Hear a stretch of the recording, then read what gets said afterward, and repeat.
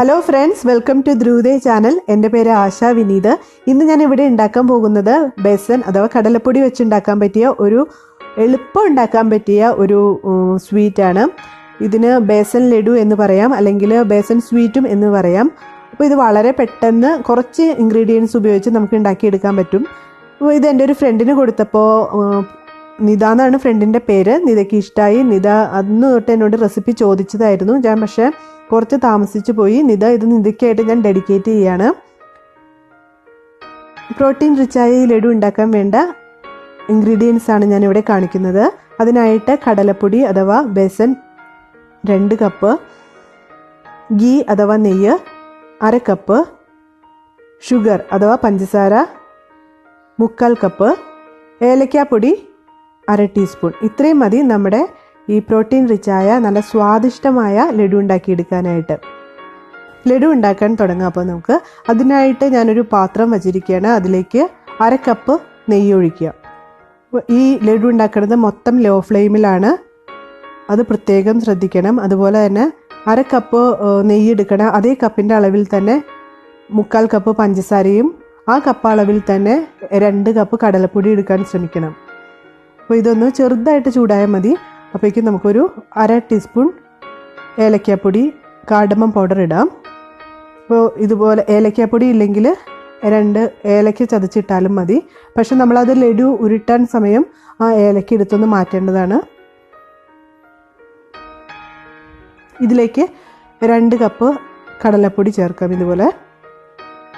ഇനി ഇത് പതുക്കെ ഇളക്കുക. അപ്പോൾ ഞാൻ നേരത്തെ സൂചിപ്പിച്ചു, ലോ ഫ്ലെയിമിലാണ് ഇത് മൊത്തം ഈ ലഡു ഉണ്ടാക്കേണ്ടത്. അപ്പോൾ ഇത് ലോ ഫ്ലെയിമിൽ ഇട്ട് തന്നെ നമുക്കിത് പതുക്കെ ഇതുപോലെ ഇളക്കിയെടുത്ത് കഴിഞ്ഞിട്ടുണ്ടെങ്കിൽ ഇതിൻ്റെ ഈ കട്ട ഇതുപോലെയൊക്കെ മാറി നന്നായിട്ട് അത് ശരിയാവും. അപ്പോൾ നിങ്ങൾ ഇതിങ്ങനെ ആദ്യം കടലപ്പൊടി ഇടുമ്പോൾ തന്നെ നിങ്ങൾ ഇതെന്താ ഇങ്ങനെ കട്ട കുത്തിയിരിക്കണം, ഇത് ലഡു ഒക്കെ ആവുമെന്നൊരു ടെൻഷൻ ചിലപ്പോൾ ചിലർക്ക് ഫീൽ ചെയ്യാം. പക്ഷെ അതൊക്കെ മാറി ഇതുപോലെ നല്ല രീതിയിൽ നമുക്ക് ഇളക്കിയെടുക്കാൻ പറ്റും. പതുക്കെ പതുക്കെ ഇങ്ങനെ ഇളക്കി കൊടുത്തുകൊണ്ടിരുന്നാൽ മതി. ഇതൊരു 10-12 മിനിറ്റ് ഇതുപോലെ, ഒരു 12 മിനിറ്റ് ഇതുപോലെ നന്നായിട്ട് ചെറു തീയിലിട്ടിട്ട് ഇളക്കി കൊടുത്തുകൊണ്ടിരിക്കണം.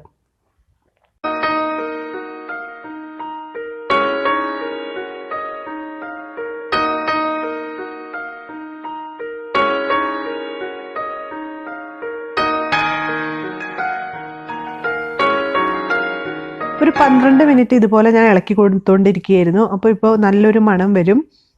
നമുക്ക് ഈ ഫ്ലെയിം ഓഫാക്കാം. അതിനുശേഷം ഒരു ടേബിൾ സ്പൂൺ വെള്ളം ഇതുപോലെ ഒന്ന് തളിച്ചു കൊടുക്കാം. വളരെ കുറച്ച് മതി കേട്ടോ. ഒരു ടേബിൾ സ്പൂണോളം വെള്ളം ഇതുപോലെ ഒന്ന് തളിച്ചു കൊടുക്കാം. അപ്പോൾ ഈ കട്ട കുത്തി ഇങ്ങനെ ഈ കിടക്കുന്നത് ഒഴിവായി കുറച്ചൊരു മയം വരും. അതിനു വേണ്ടിയാണ് ഇങ്ങനെ തളിച്ചു കൊടുക്കുന്നത്. ജസ്റ്റ് ഒന്ന് ഇളക്കിയ ശേഷം നമുക്ക് ഉടനെ തന്നെ ഈ ഫ്ലെയിം ഓഫാക്കിയിട്ട് ഇത് ഉടനെ തന്നെ വേറൊരു പാത്രത്തിലോട്ട് മാറ്റാം.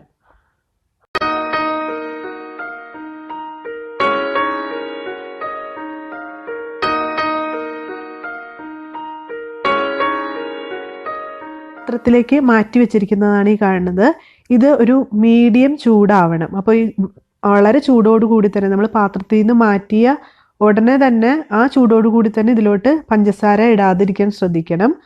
ഒരു മീഡിയം ചൂടായി കഴിയുമ്പോൾ നമുക്കിതിലോട്ട് പഞ്ചസാര ചേർക്കാം. ഇപ്പോൾ ഞാൻ ഒരു മീഡിയം ചൂടായിട്ടുണ്ട്. അപ്പോൾ നമുക്കിതിലോട്ട് 3/4 കപ്പ് പഞ്ചസാര ചേർക്കാം. വളരെ ചൂടോടുകൂടി തന്നെ നമ്മൾ ഇതുപോലെ പഞ്ചസാര ചേർക്കുകയാണെങ്കിൽ നമുക്കിത് ലഡു ഉണ്ടാക്കാൻ പറ്റാത്ത ഒരു അവസ്ഥയിൽ ഇത് എന്താ പറയുക, വളരെ അലിഞ്ഞു പോവും ആ പഞ്ചസാര ഇതിൽ. അപ്പോൾ അതുകൊണ്ടാണ് ഒരു മീഡിയം ചൂടിൽ ചേർക്കാൻ പറഞ്ഞത്. പക്ഷെ അത് വളരെ തണുത്തിട്ടും ചേർക്കാണ്ടിരിക്കാൻ ശ്രമിക്കണം. ഇതുപോലെ ഒരു മീഡിയം ചൂടിൽ നന്നായിട്ട് പഞ്ചസാര ചേർത്തിട്ട് ഒരു സ്പൂൺ വെച്ച് ഇതുപോലെ നന്നായിട്ട് ഇളക്കി യോജിപ്പിക്കുക.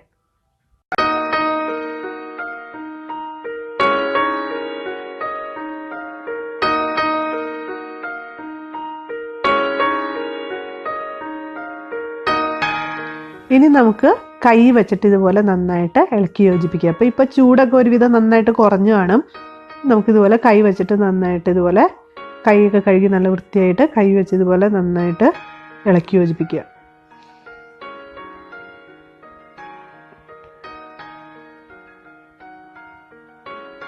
ഇതിപ്പോൾ ഞാൻ നന്നായിട്ട് ഇളക്കി യോജിപ്പിച്ചിട്ടുണ്ട്.